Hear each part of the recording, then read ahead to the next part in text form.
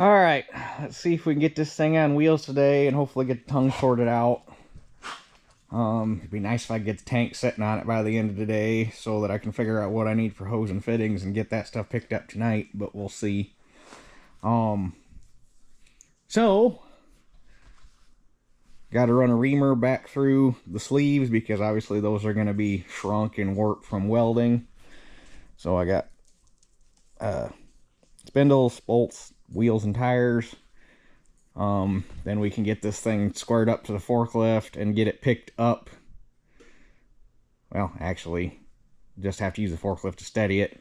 But basically have to get it level and then figure out basically tongue height when this thing is in the ground. When I had that toolbar on the ground, it was measuring anywhere between 24 and 27 inches in the ground to the drawbar height. So probably figure on 2 foot, 2 pin height. We'll just use that. If it ends up tipped forward a little bit, fine, but better to be tipped forward a little bit than tipped back. So but anyway, let's get this thing on some tires. I was hoping our T-handle was gonna be big enough to fit this thing, just because it's gonna turn so dang hard because it's so big, but no such luck. So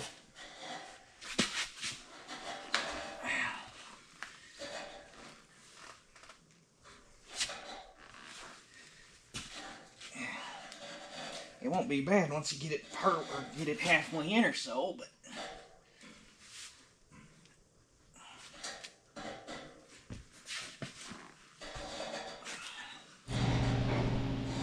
I tell you what, running an 1 3/4 reamer through 7.5 inches of shrunk pipe will make a man out of you. Holy crap. End up having to make my own T-handle, put a second pair of vice grips on there to get enough leverage because one wasn't cutting it. That was, whew, wowzers. But they're both done, so now we can get the spindles in.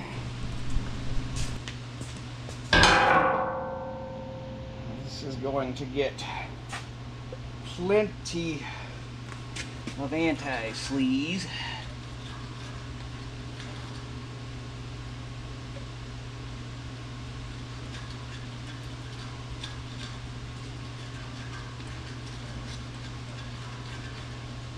Hopefully they never have to come out, but if they do,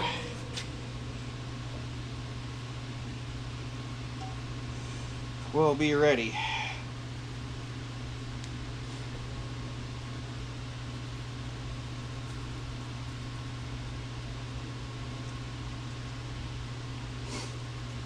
This is tight enough.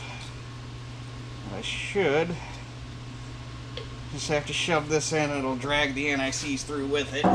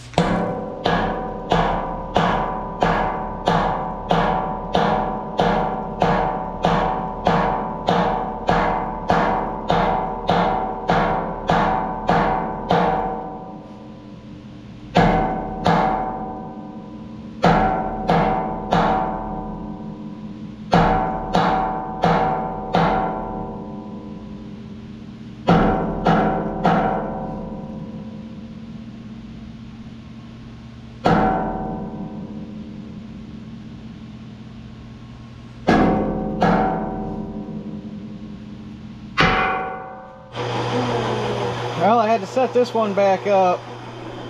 It would go in until there was about that far left to go, and it would just stick hard.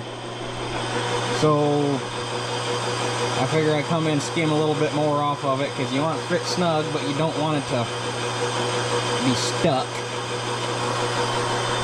Alright, both spindles are in. I took about 2.5 thou, 3 thou, give or take, off of this. And it slid in until there was about yay far, and then I had to drive it, so this one fit more along the lines of the one over there. And it was just a couple whacks. You weren't wailing on it to get it to move, so that fit good. I took 2 sleeves and turned a little lip on them just to make double sure that we are only pushing on the spindle when we tighten the bearings up, and it's not pushing on the sleeve and trying to shear the bolt off. So those are good. So now we can pop the hubs out of the wheel, or out of the wheels, put the bearings in, and obviously we'll have to wait till the seals show up to finish, but we can at least get everything put together, and that'll let us get the tongue done.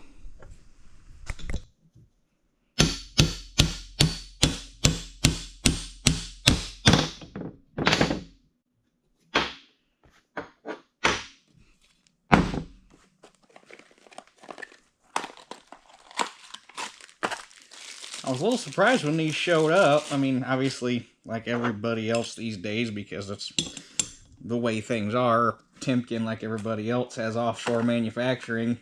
Was not expecting them to be made in Poland. That's not... You think bearings, you think Central South America and Japan. You don't think of Poland.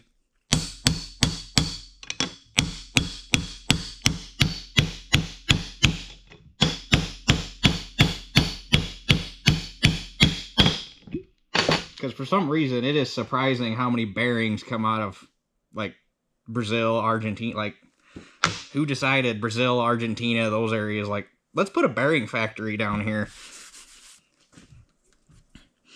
That area just always struck me as odd. But I'd rather see stuff come out of there than out of China.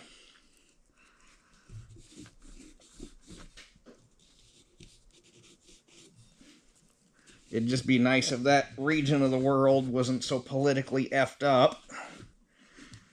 Both for just because the people down there probably deserve a little bit better. Because I've got to meet a lot of people from South America, both when I was in college and, you know, working in the seed corn industry. You get a lot of migrants from down in that area, and I actually worked with one guy who spent a vast majority of his early years of life in Brazil, and actually married a Brazilian and got her immigrated to the United States with his daughter. And anybody I've ever met from down there, great people. I have nothing. I mean, they're a cool bunch of folks, and man, Brazilians know how to cook. Brazilians know how to barbecue. Them folks, they can make some good meat.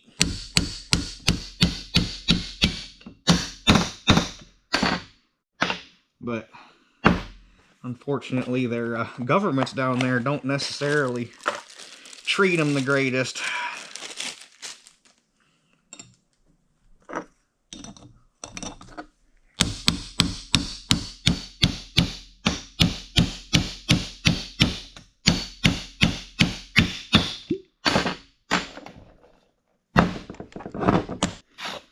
And I'm not going to bother packing the hubs completely with grease until the seals are in, because they'd have to come back apart anyhow.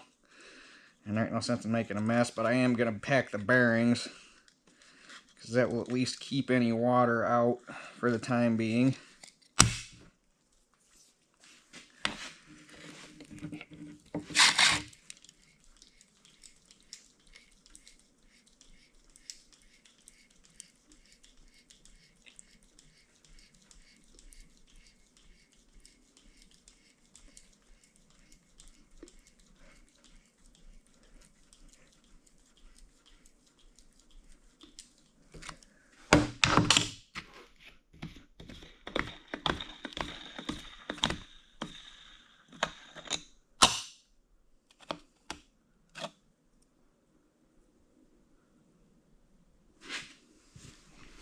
Alright, hubs are on, everything fits nice. Got clearance between the hub and the axle, which is always a good sign.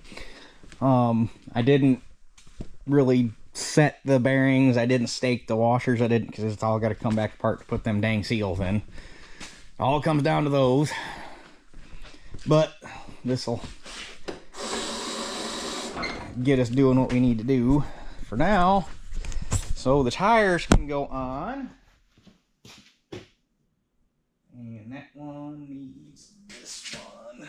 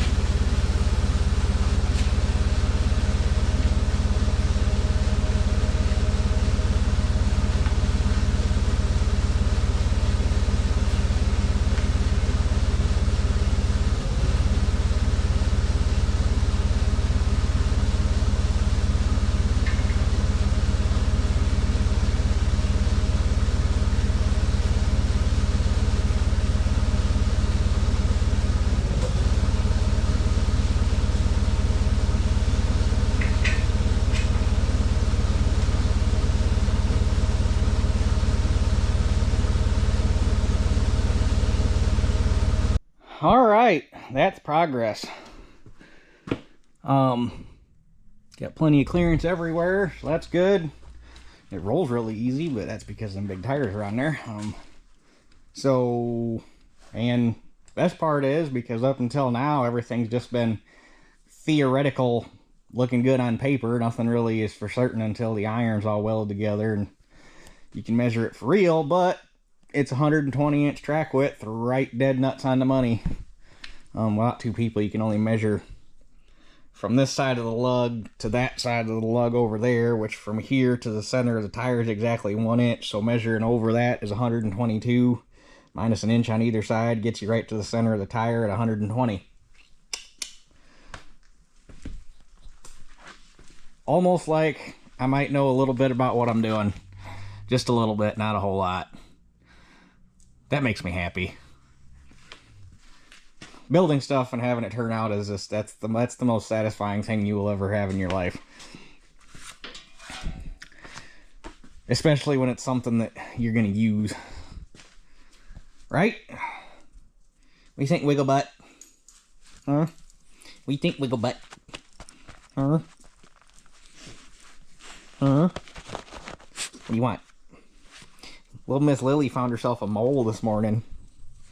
But she didn't know what to do with it, so once she got it out of the ground, Teeter found it and Teeter killed it. So Lily's the hunter, Teeter's the killer.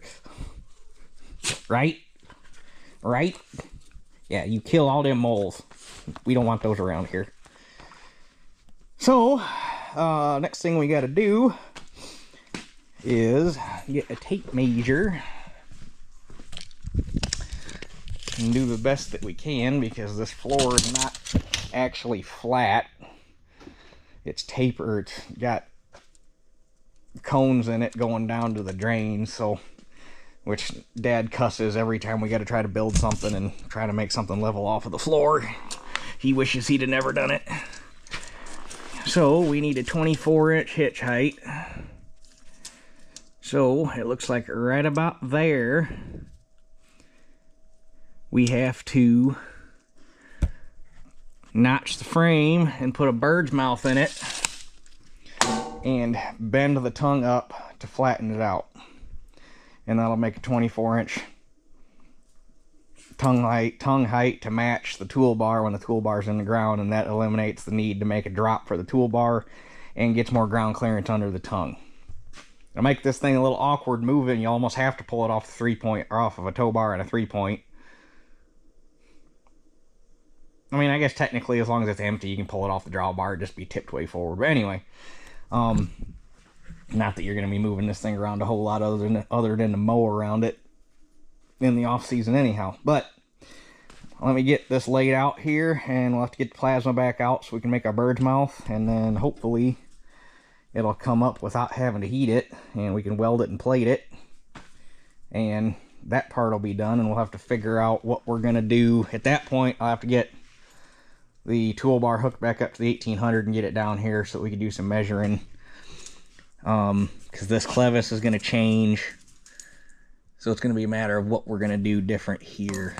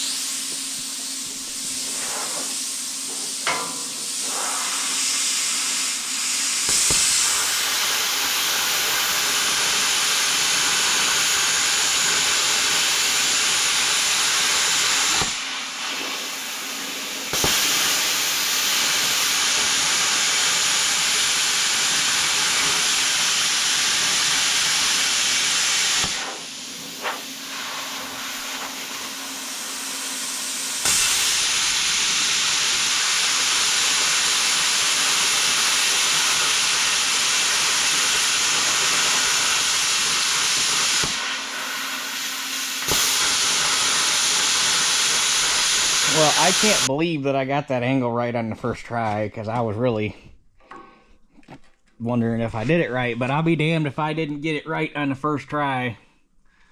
It's not dead plumb, but it matches back here, so that's level with that.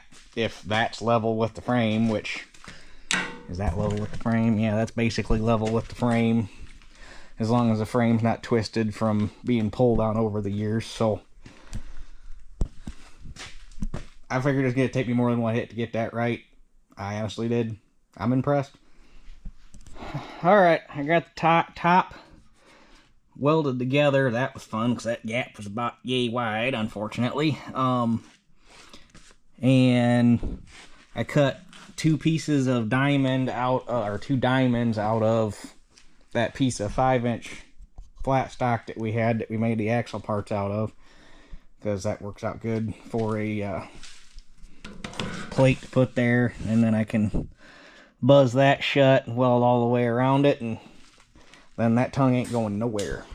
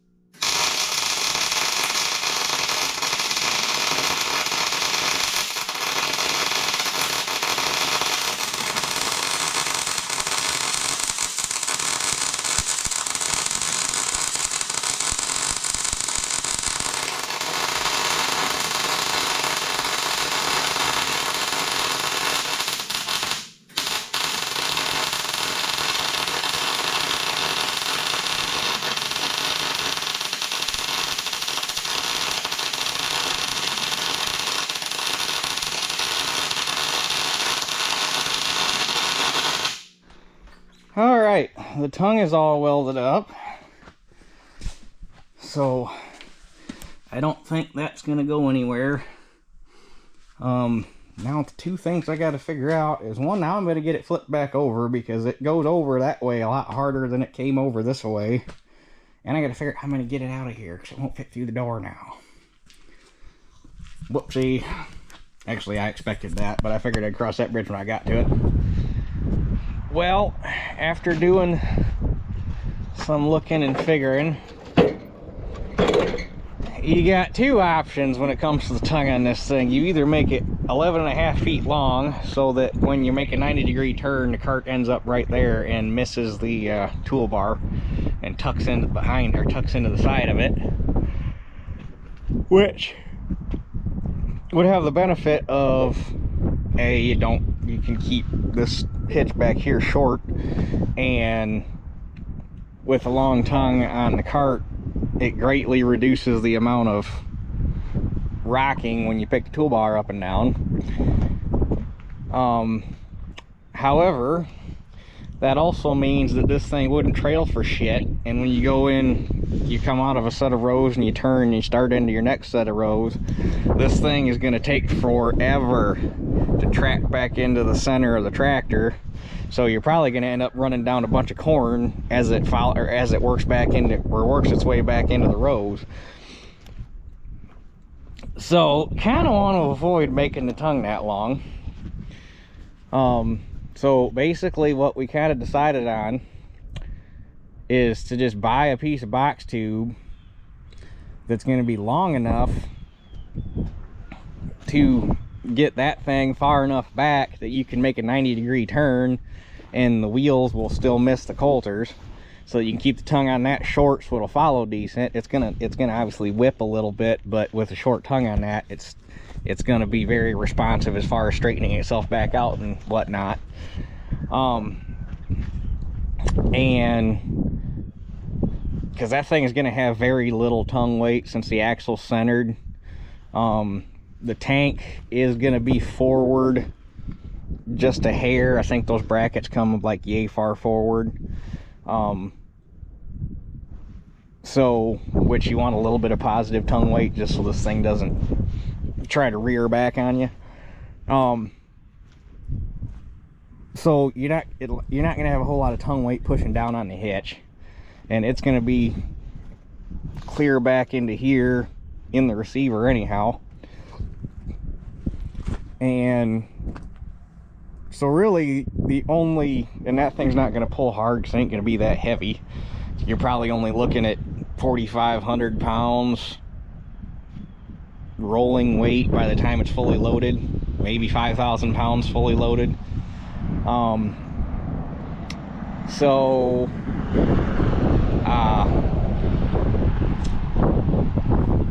Yeah.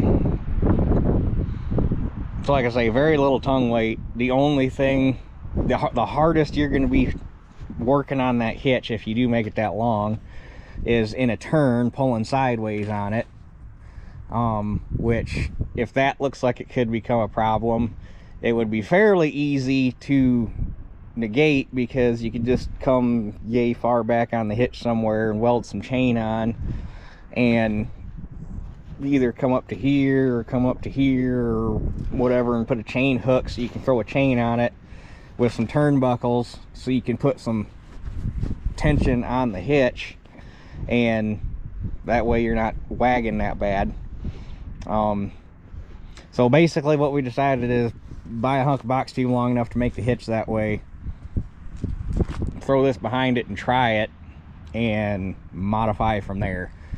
So this is one of those, in theory, is going to be harder to figure out than just making it out of steel and modifying on the fly. So unfortunately that means I got to get more parts before we can continue on. So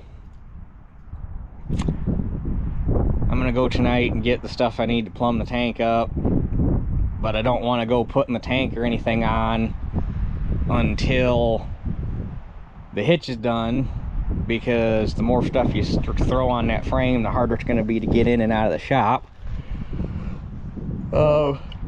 Although I don't know, maybe it wouldn't hurt me that bad to just put a tank on it and get everything plumbed up to a point, because regardless, gonna add about 12 inches onto this. Maybe, still undecided, but I could at least get everything plumbed up to a point. I could get the tank on, get the hoses on, get my T on for the fill port, get my strainer basket on. I guess it really ain't gonna hurt nothing, because if I gotta do a little bit of welding outside, I gotta do a little bit of welding outside, so be it.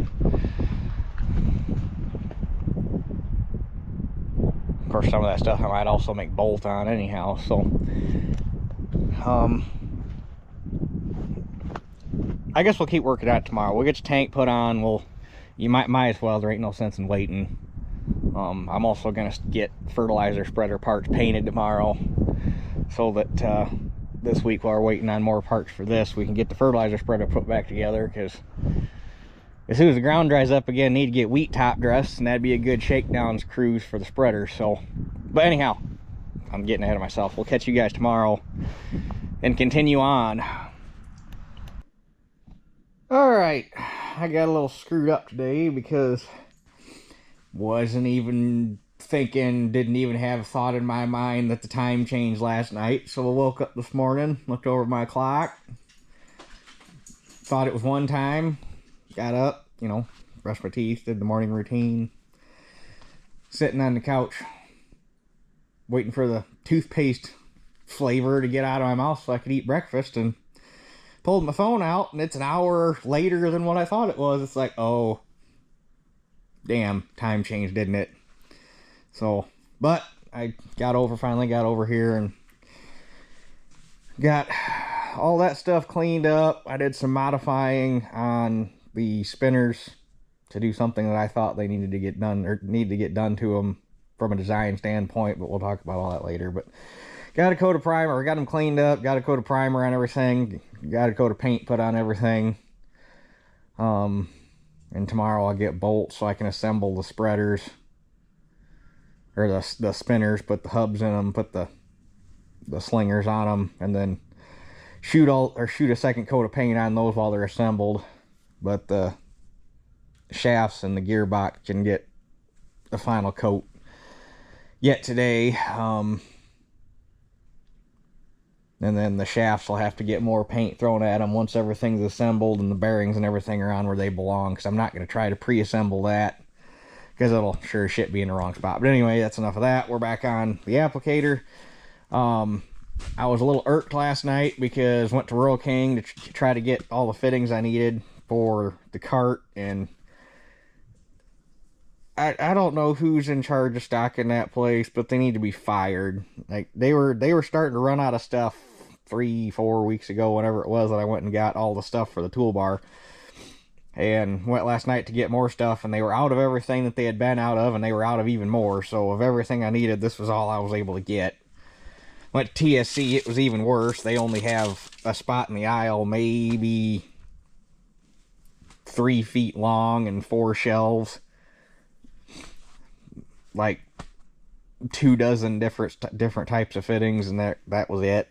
So TSC's a freaking joke, which I don't get. Some places, especially like the ones I've been to in like Illinois, Central Indiana, Iowa, like where there's actual farming going on, TSC's are great. The ones we got around here, garbage. And Rural King used to be really good when they first put it in. They were never out of stock on anything. Everything was always really well stocked. They had a good selection of everything. And like the last 2-3 years, they've been going the way of TSC. It's terrible. I wish somebody would start a farm store chain that was actually meant to serve the agricultural community, not glorified homeowners. But anyway, that's the rant. So basically, all we can do, because all I got as far as what needs to go in front of the tank, I'm still missing a T. I'm still missing couplers. I'm still missing some close nipples because they didn't have any of those. I mean, basically all I got is a valve and a strainer. And I already had that valve, so that takes care of a valve that's going to go... Anyway, I'm still missing shit.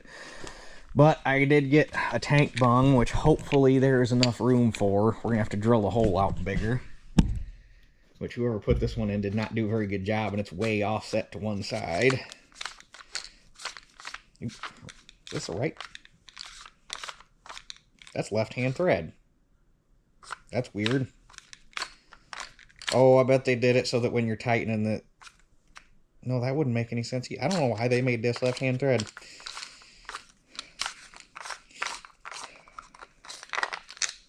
Oh yeah, there's room. It's going to be interesting because this hole's off-center, so if we... I prefer to center that up, so we can't use a hole saw. So I got to figure out how we're going to do that. And then I got the elbow for this. I got a plug to put in this one. I guess I never paid attention. The tank bungs are left-hand thread. Interesting. Of course, that being said, I can't remember that I've actually ever had to put any in. Every tank I've ever worked with, they already had the right ones in them. So, first things first, we got to do that. We got to figure out how...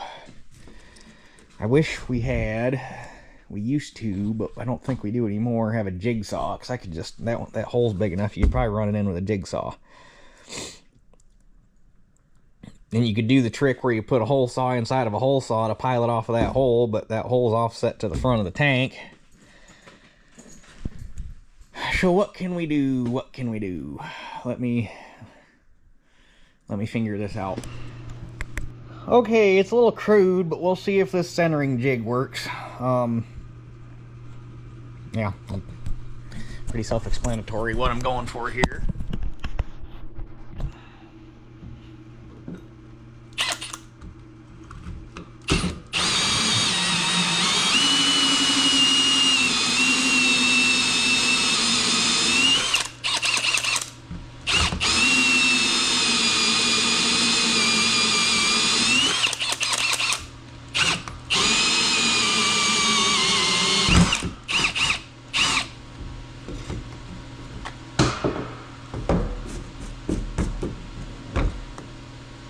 And it's on the center where I marked out, so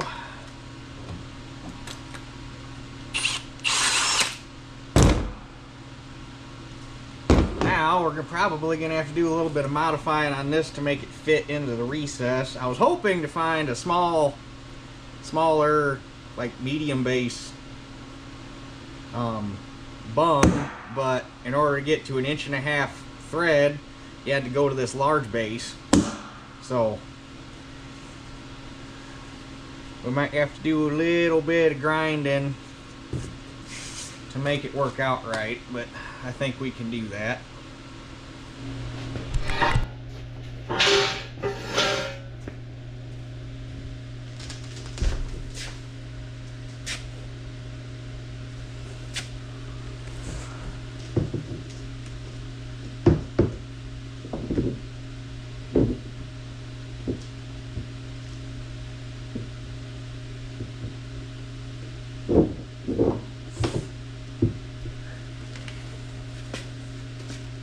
Not quite.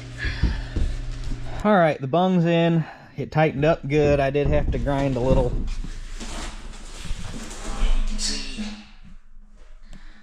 Kind of on the top and bottom, I had to grind off about half of the flat, which exposed a little bit of the landing where the O-ring runs, but it tightened up good. It didn't extrude out from underneath the bung, so, and it ain't like it's going to see any pressure. It's just whatever head pressure's in the tank once it's full, so I don't think we're going to have any issues.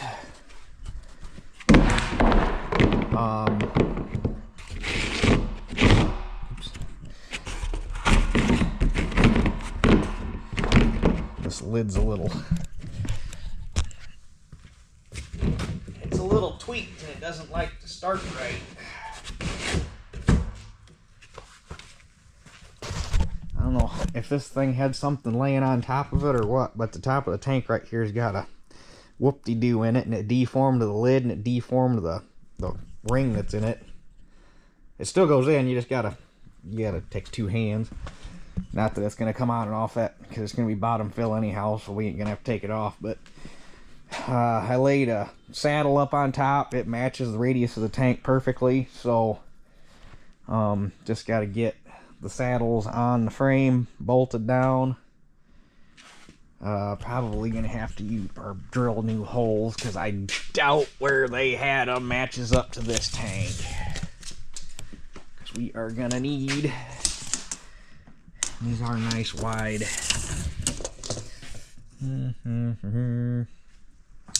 About 50. Now let's go to the edge of that. Damn it. Sorry, you're looking at weird stuff. About 57 from edge to edge. So the slots are about 2 3/4 wide. So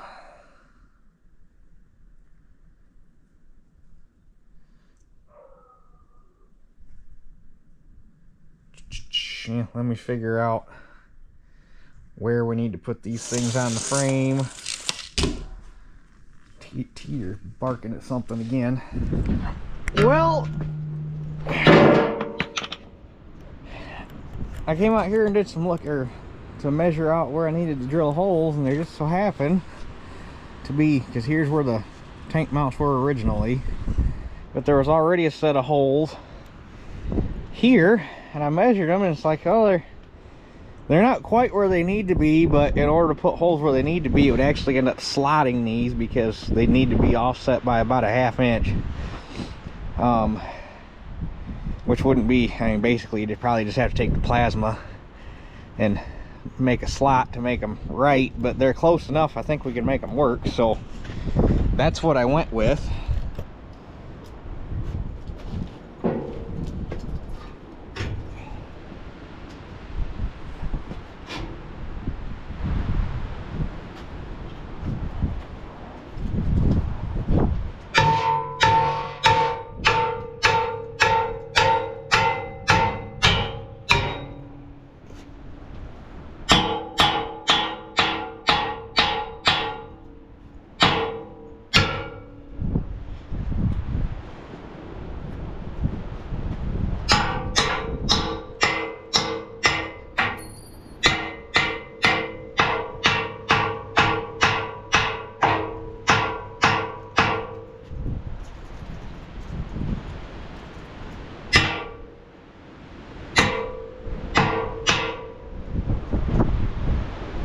A little bit of a snug fit.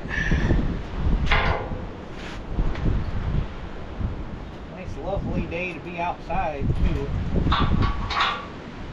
Cold and windy.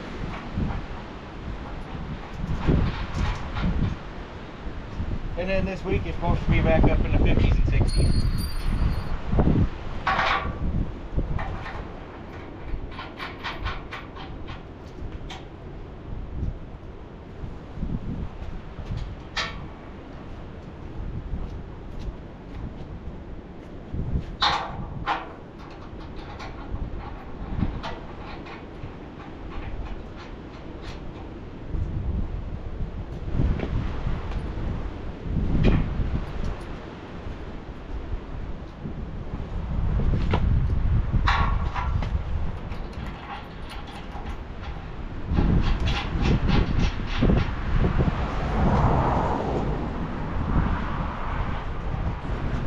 Okay, let's see if I can hike this thing up there by myself, or if I'm going to need the forklift.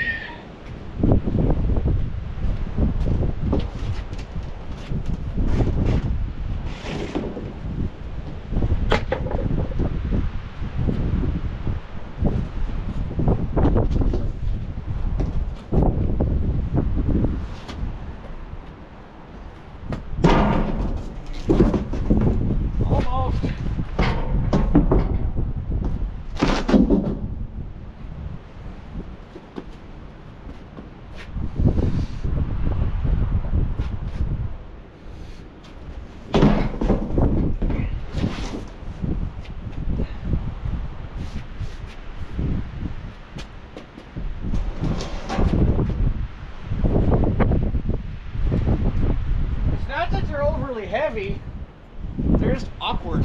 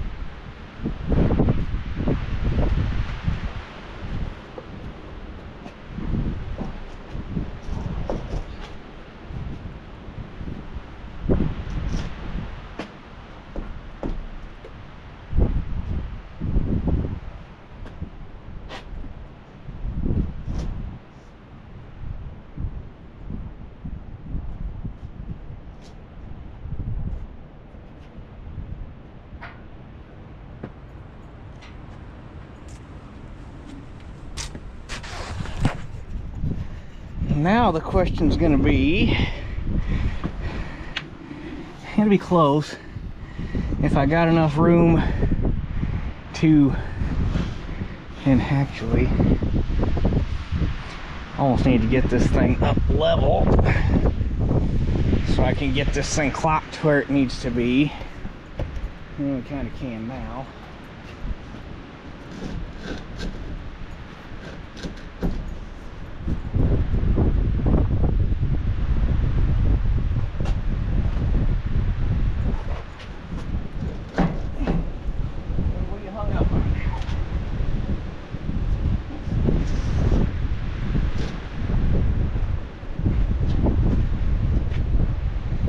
Going to be about where it's going to run.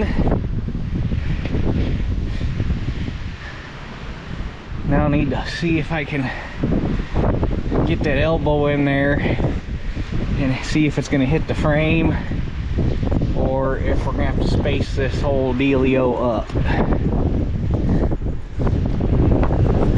Well, unfortunately, this elbow's tall enough that even if it was bottomed out in the threads on that bung, it's still going to be like a quarter of the way into that channel, and can't really turn it any other direction because that center brace is in the way.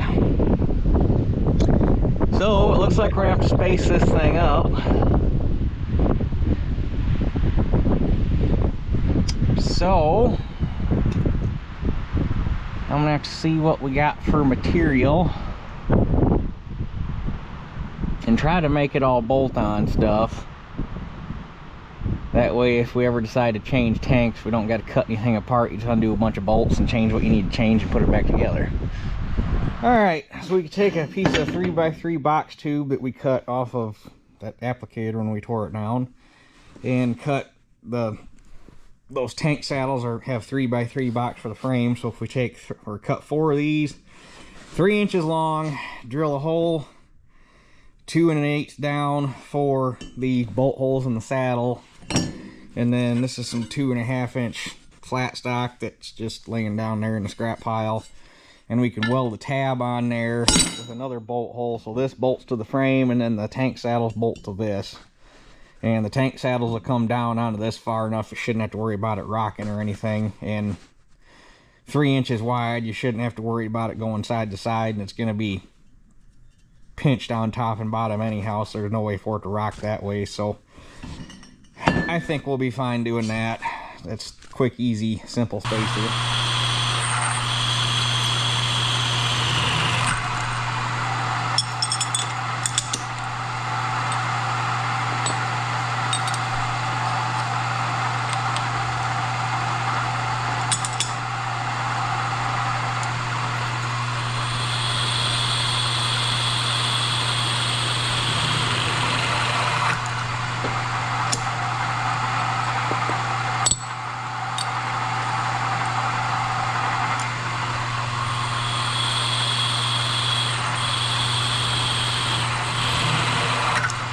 Alright, this is what I got.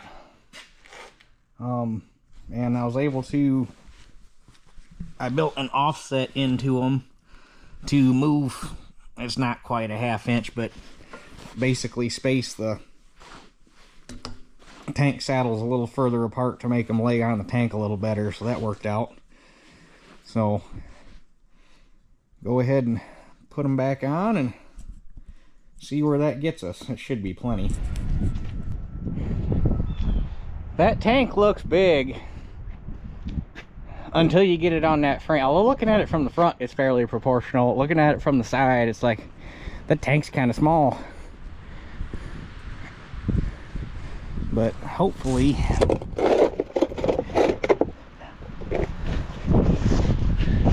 honestly, even like a 400-gallon tank would that get me enough for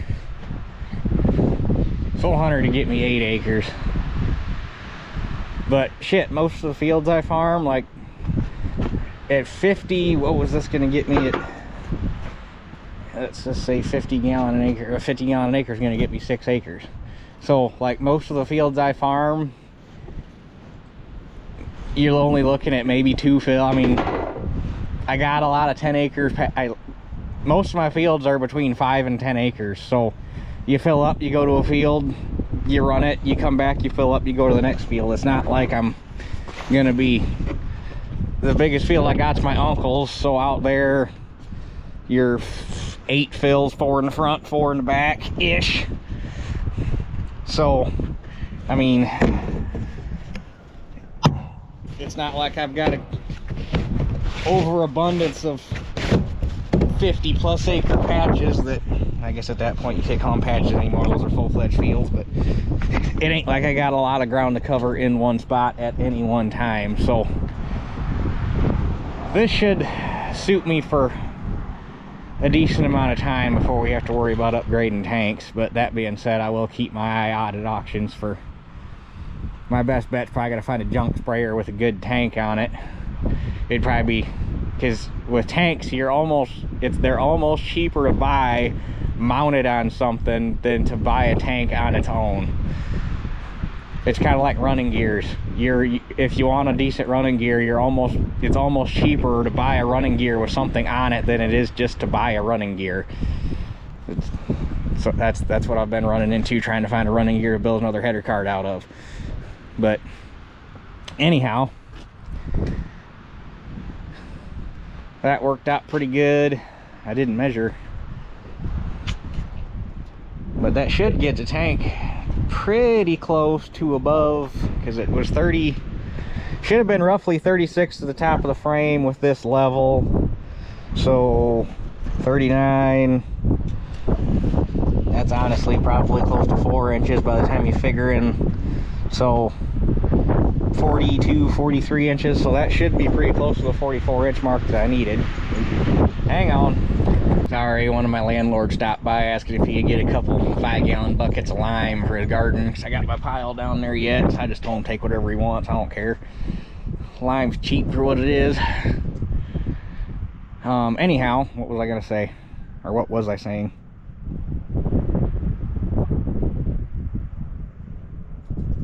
I can't remember. But anyway, so this tank will suit me for a while. We shouldn't have to worry about it. I just need to, I'll have to run up to the John Deere dealer.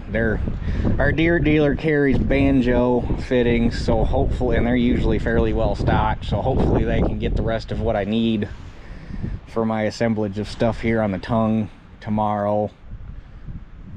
And that could get sorted out this week.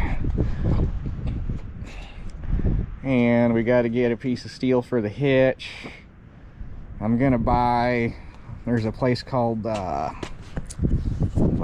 something Forge over in Ohio. They sell hitch parts. But I'm gonna get a hitch channel that welds up here that's got different hitch positions. That way if we need any adjustment, I mean, we can make one, but for as cheap as they are to buy, just buy one and not have to worry about it. That way, when we get this thing going, we need to tip it forward or tip it back a little bit, we got some sort of adjustment rather than having to remake the whole hitch. So I got to get that.